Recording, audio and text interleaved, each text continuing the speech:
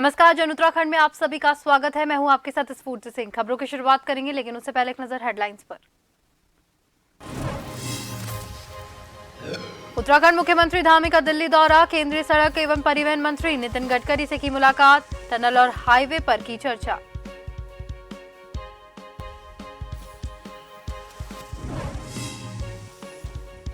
देहरादून में सिविल सेवा परीक्षा में सफल छात्रों का सम्मान, राज्यपाल गुरमीत सिंह द्वारा किया गया सम्मानित। इस दौरान अभ्यर्थियों ने साझा किया अनुभव।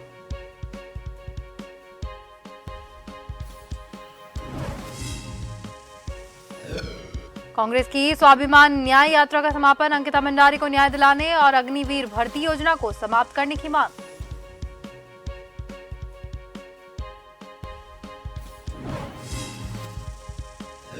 एरोसिटी और इंटीग्रेटेड टाउनशिप का आने से पहले ही विरोध, डोईवाला में की जा रही मां पंचायतें। विधायक ब्रजभूषण गैरोला ने बताया राजनीतिक से प्रेरित।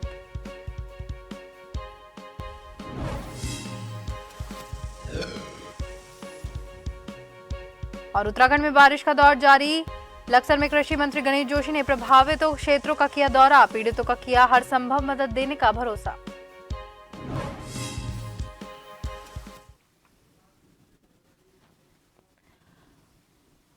और अब खबरें विस्तार से। उत्तराखंड मुख्यमंत्री पुष्कर सिंह धामी उत्तराखंड सदन पहुंचे, जहां केंद्रीय सड़क एवं परिवहन मंत्री नितिन गडकरी से मुलाकात कर सीएम धामी बोले कि नितिन गडकरी से टनल और हाईवे पर चर्चा होगी। प्रदेश में कई टनल और हाईवे का निर्माण चल रहा है, इसमें केंद्रीय सरकार की अहम भूमिका है। हरिद्वार में गन्ने की फसल का काफी नुकसान हुआ है, आकलन के लिए आपदा विभाग को बोला गया।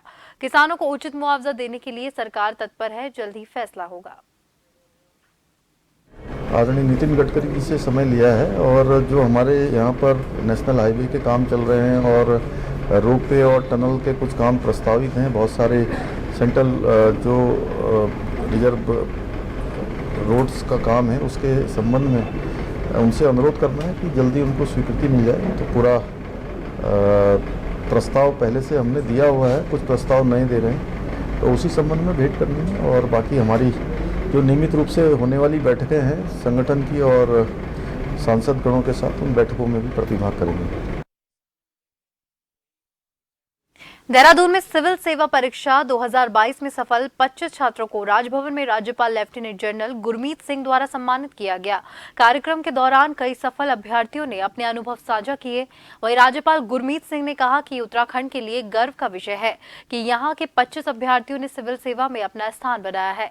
बता दें कि उत्तराखंड सिविल सेवा के क्षेत्र में भी अग्रणी राज्य बने, इसके लिए राज्यपाल गुरमीत सिंह ने संकल्प संस्था, जो कि अभी तक 8000 से ऊपर IAS तैयार के लिए कर चुकी है, और निमंत्रण दिया है कि वह उत्तराखंड में एक शाखा खोले ताकि उत्तराखंड के अभ्यर्थी उसका लाभ उठा सके।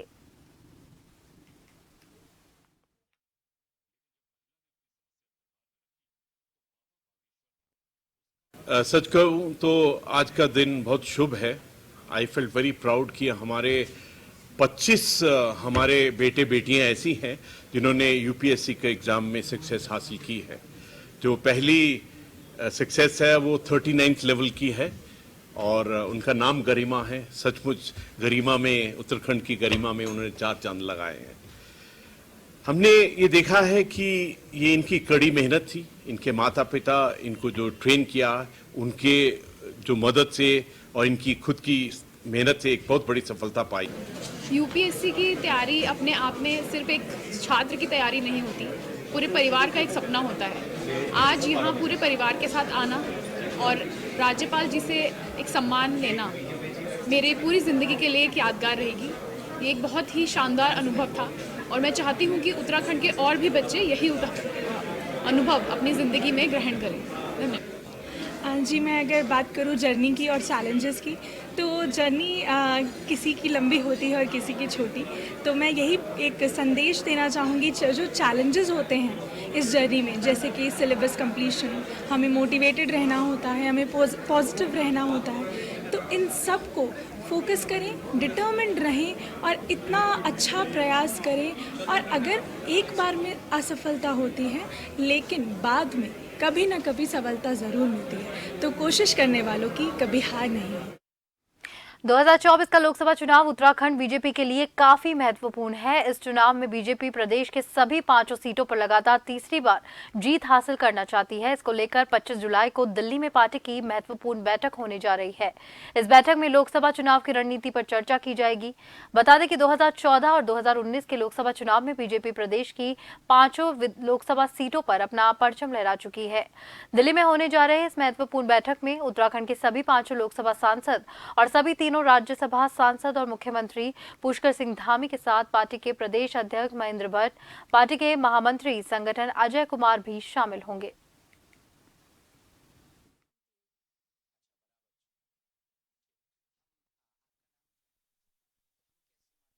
25 तारीख को हमारे उत्तराखंड के 5 लोकसभा सांसद, तीनों राज्यसभा सांसद, 8 सांसदों से हमारी बैठक है। और ये हमारी एक बैठकें हर लोग जब पार्लियामेंट चलता है उससे हम लोग करते हैं। हमारी नियमित बैठकों की श्रेणी में ये बैठकें आती हैं। 3-4 विषय होते हैं। पहला विषय तो पार्लियामेंट के तो उत्तराखंड के जो विषय सांसदों के मन में होते हैं, जिन विषयों को रखते हैं उन पर बात साझा होती है।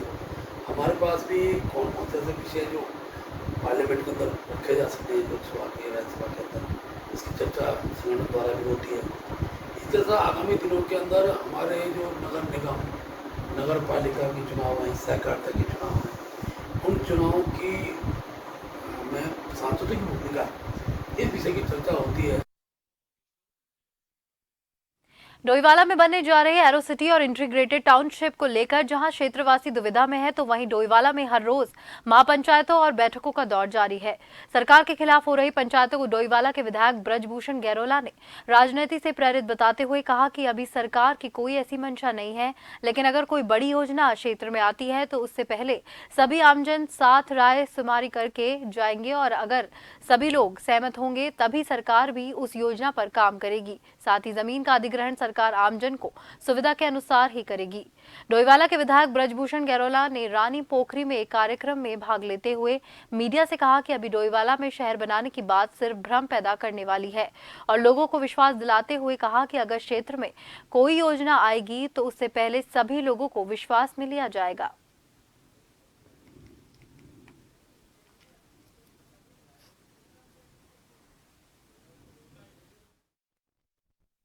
जो एरो सिटी का ये विषय आपने कहा है, वहाँ पर ऐसा कहीं कुछ नहीं है।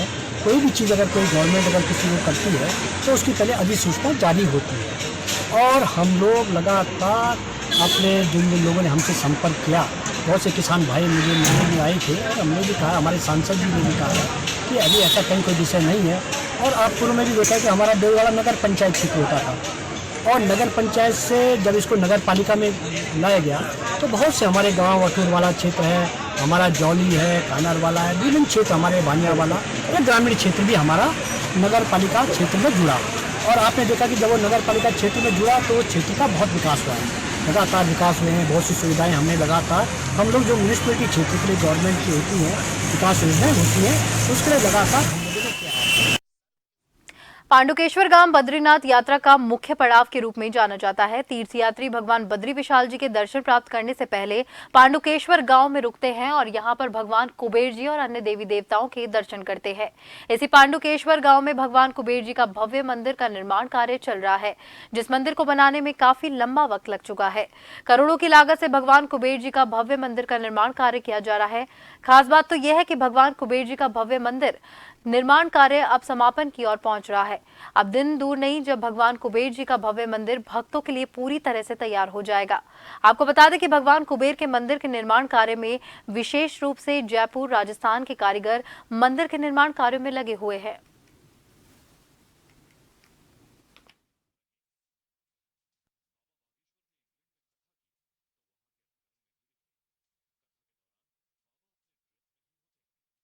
खबर देहरादून से है, जहां एसएसपी दिलीप सिंह कुंवर ने सभी थाना प्रभारियों को निर्देशित किया है कि वो अपने थाना क्षेत्र अंतर्गत फूड और घरेलू सामान की होम डिलीवरी करने वाली एजेंसियों के साथ बैठक आयोजित करें और उनके डिलीवरी बॉयज की जानकारी लेते हुए उनकी सूची प्राप्त करें और सूची में नामित सभी डिलीवरी बॉयज के लिए 2 दिवसीय अंतर सत्यापन की कार्रवाई सुनिश्चित की जाए। यह निर्देश दिया कि बैंकों के लोन रिकवरी एजेंटों की भी सत्यापन की कार्रवाई सुनिश्चित की जाए। डिलीवरी बॉयज हैं, मसलन आपके स्विगी के हैं, जोमेटो के हैं।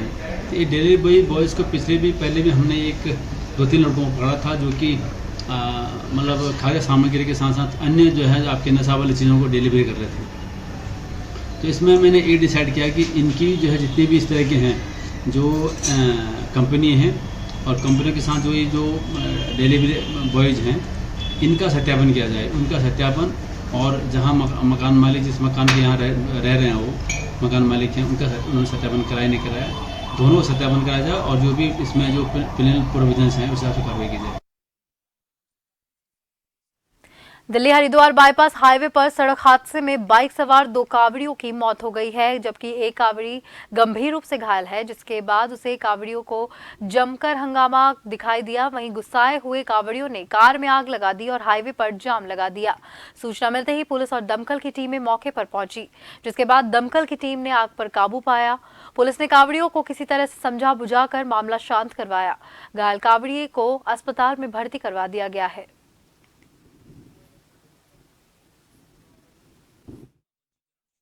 लगभग 7-7:30 बजे के आसपास 112 के माध्यम से कॉल प्राप्त हुई, जिसमें एक एक्सीडेंट के बारे में सूचित किया गया था, जिस पर तत्काल फोर्स मौके पे पहुंचा। वहां पे एक बाइक, एक कार और एक टैंकर, इनके आपस में टक्कर हो रखी थी, जिसमें 2 बाइक सवार की ऑन द स्पॉट डेथ हो गई थी। तीसरे जो घायल था, तीनों को 108 के माध्यम से हॉस्पिटल भिजवाया गया। एंड अभी पता चला है कि तीसरे जो घायल व्यक्ति थे उनकी भी डेथ हो गई है। और जो चूंकि पूरा घटनाक्रम अभी क्या सच्चाई इसके बारे में जानकारी की जा रही है और आगे की विधिक कार्रवाई भी अमल में लाई जा रही है। प्राथमिक जानकारी के हिसाब से ये यूपी के रहने वाले बताए जा रहे हैं, बाकी अन्य जानकारी जुटाई जा रही है। चूंकि घटना काफ़ी संवेदनशील थी और इसमें कांवड़िए थे, एक धार्मिक भावना से ओतप्रोत थे पूरे, तो इसको लेकर के आसपास के लोगों में रोष था, जिसके चलते उन्होंने एक वाहन में आग लगाई है। खबरों का सिलसिला यूं ही जारी रहेगा। फिलहाल वक्त हो गया है एक ब्रेक का।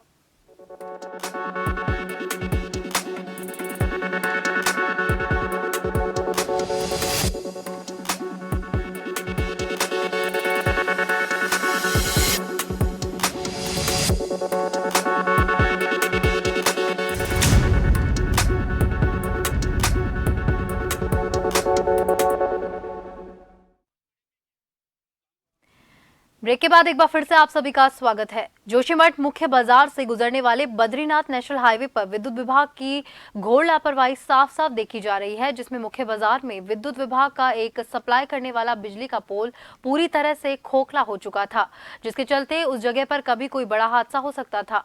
जन टीवी ने इस खबर को पूरी तरह से प्रमुखता से दिखाया और आखिरकार खबर का असर हुआ और खबर शासन प्रशासन के कानों तक पहुंची, जिसके बाद 24 घंटे के भीतर तुरंत एक्शन लिया गया और नया बिजली का पोल लगाने का कार्य शुरू किया गया। वहीं जोशीमठ के स्थानीय लोगों का कहना है कि हम प्रदेश मुखिया पुष्कर सिंह धामी और प्रदेश अध्यक्ष का दिल से धन्यवाद करते हैं कि उनके अथक प्रयास से जोशीमठ की समस्या 24 घंटे के भीतर पूरी हो गई।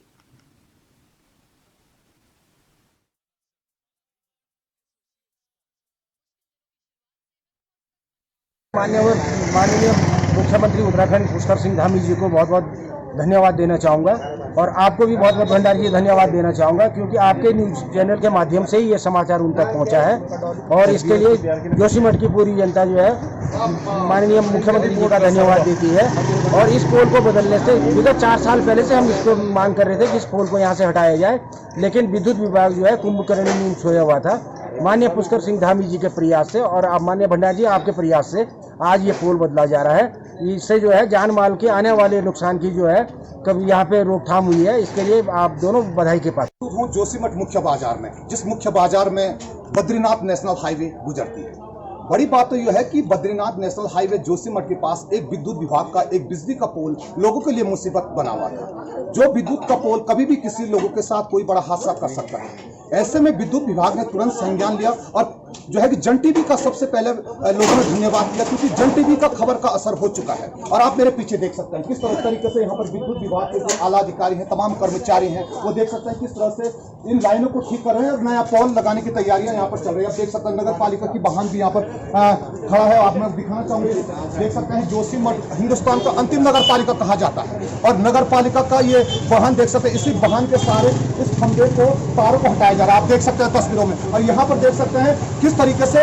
लोगों की आवाजाही हो रही है। और बड़ी बात यह है कि पुलिस प्रशासन भी अब सतर्क हो चुका है। पुलिस प्रशासन ने आज के दिन बैरिकेडिंग कर दिया है, वाहनों को फिलहाल आवाजाही रोक दी है, क्योंकि यहाँ पर कार्य प्रगति है। सामने देख सकते हैं एक्सक्लूसिव तस्वीरें दिखा रहे जन टीवी के माध्यम से, देख सकते हैं खबर का किस तरीके से यहाँ पर असर हुआ, ये देख सकते हैं किस तरीके से विद्युत विभाग अब जो है कुंभकर्ण की नींद से जाग चुका है। देख सकते हैं विद्युत विभाग की जो लापरवाही जो देखी गई थी कुछ दिन पहले, जो यहाँ पर कभी कोई बड़ा चमोली की तरह हादसा यहाँ पर हो सकता था, लेकिन कहीं ना कहीं जन टीवी का असर यहाँ पर हो चुका है और जन टीवी ने इस खबर को प्रमुखता से दिखा। देख सकते हैं सामने विद्युत विभाग किस तरीके से इस लाइन को ठीक करता हुआ यहाँ पर देखा जाए। मैं कैमरामैन साथी से जरा रिलैक्स करूंगा जरा और आने की कोशिश करूंगा, क्योंकि यहाँ पर कार्य हो रहा है वहीं पर देख सकते हैं ये बिजली का पोल आप देख सकते हैं किस तरीके से पिघल चुका है, ये देख सकते हैं ये देख सकते हैं जन टीवी आज पूरी तरह से सच्चाई दिखाई, ये देख सकते हैं यहाँ पर किस तरीके से ये विद्युत विभाग का जो लापरवाही थी यहाँ पर कई सालों से जो यहाँ पर विद्युत विभाग कार्रवाई नहीं कर रहा था, कहीं ना कहीं जन टीवी की खबर जो है विद्युत विभाग के कानों में भी गई और आखिर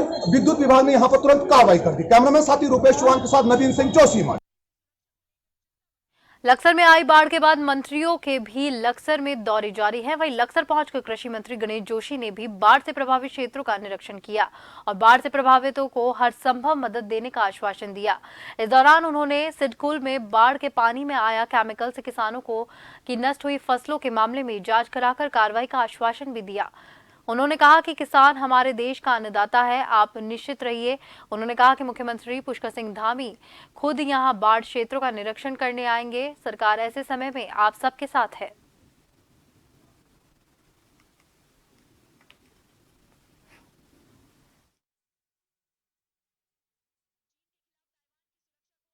माननीय मुख्यमंत्री जी खुद पहले यहाँ आ चुके हैं। कृषि मंत्री होने के नाते मेरी जिम्मेदारी है कि मैं इसका जायजा लेकर जो हर संभव मदद सरकार की हम करें।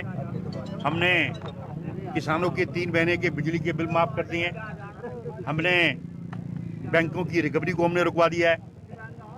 हमने अभी मुझे पता लगा कि यहाँ पर जो है केमिकल जो शुगर फैक्ट्री से केमिकल आया उससे सिडकुल से जो केमिकल आया है उसकी वजह से मैं देख रहा हूँ कि फसल बिल्कुल चौपट हो रही है।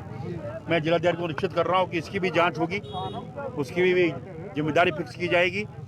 लेकिन आप निश्चित रहिएगा कि पूरे क्षेत्र को आपदाग्रस्त घोषित किया है और जो मानक हैं भारत सरकार के उसके अनुरूप तो मदद करेंगे।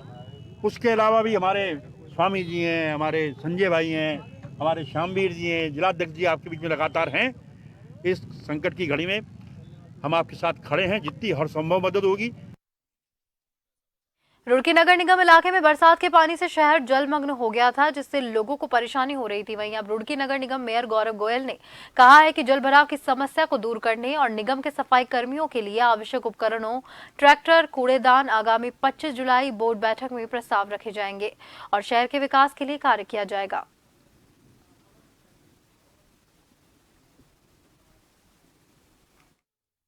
आगामी 25 तारीख को होने वाली नगर निगम बोर्ड बैठक में हमने शहर के विकास के लिए जो पिछले दिनों आई प्राकृतिक आपदा में जिन उपकरणों की कमी रह गई उन उपकरणों की परचेजिंग के लिए शहर के अंदर लगभग 40 लीज प्रॉपर्टी जिनका रिन्यूअल होना है, जिनके नाम परिवर्तन होने हैं, उनके लिए और शहर के विभिन्न विकास के मुद्दों के लिए हमने बोर्ड बैठक रखी है आगामी 25 तारीख को। और निश्चित रूप से इसके अंदर जो भी बोर्ड तय करेगा शहर के विकास के लिए हम।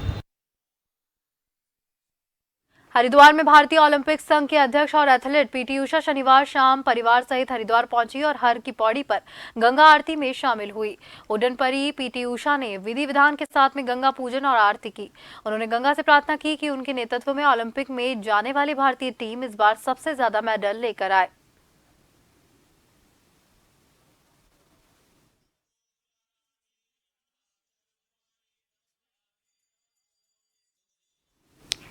खबर सामने आ रही है रुड़की से, जहां रुड़की तहसील में शनिवार को भारतीय किसान यूनियन का धरना प्रदर्शन दूसरे दिन भी जारी रहा। बता दें कि कुछ दिन पहले रुड़की क्षेत्र में भारी बरसात हुई थी, जिस कारण से किसानों की फसल पूरी तरह से खराब हो गई थी। भारतीय किसान यूनियन क्रिकेट की मांग की है कि सरकार के द्वारा जिन किसानों की फसलें खराब हुई है उन्हें मुआवजा मिलना चाहिए। उनका कहना है कि जब तक सरकार के द्वारा मुआवजा नहीं दिया जाता तब तक धरना प्रदर्शन यूं ही जारी रहेगा।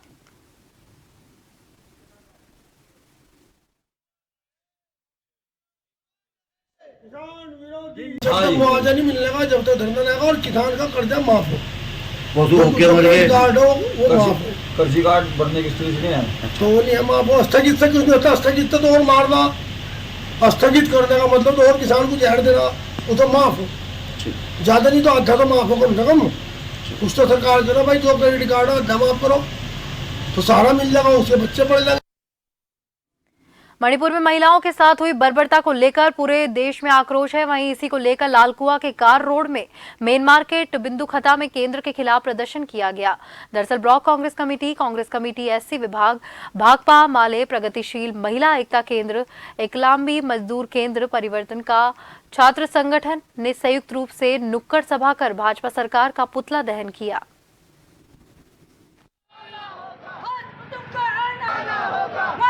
इस कृत्य को जिसने अंजाम दिया उनको तो सजा मिलनी चाहिए, लेकिन जो ऐसी मानसिकता को फैला रहे हैं, सबसे पहले ऐसी जो सरकार है, ऐसी जो राजनीतिक पार्टियां हैं, इन पर अंकुश लगना चाहिए। मणिपुर की घटना एक जो है क्या कहते हैं शर्मसार कर देने वाली घटना है। 2 महिलाओं को निवस्त्र होकर के जो है पूरे सरेआम घुमाया जा रहा है। तो हम लोग जो है सरकार से ये मांग करते हैं, जिन लोगों ने ये घृणित काम किया है उनको तुरंत जो है तत्काल क्या कहते हैं गिरफ्तार किया जाए, उनको सख्त से सख्त उनके खिलाफ कार्रवाई की जाए और उनको जेल के सलाखों के पीछे डाला जाना चाहिए।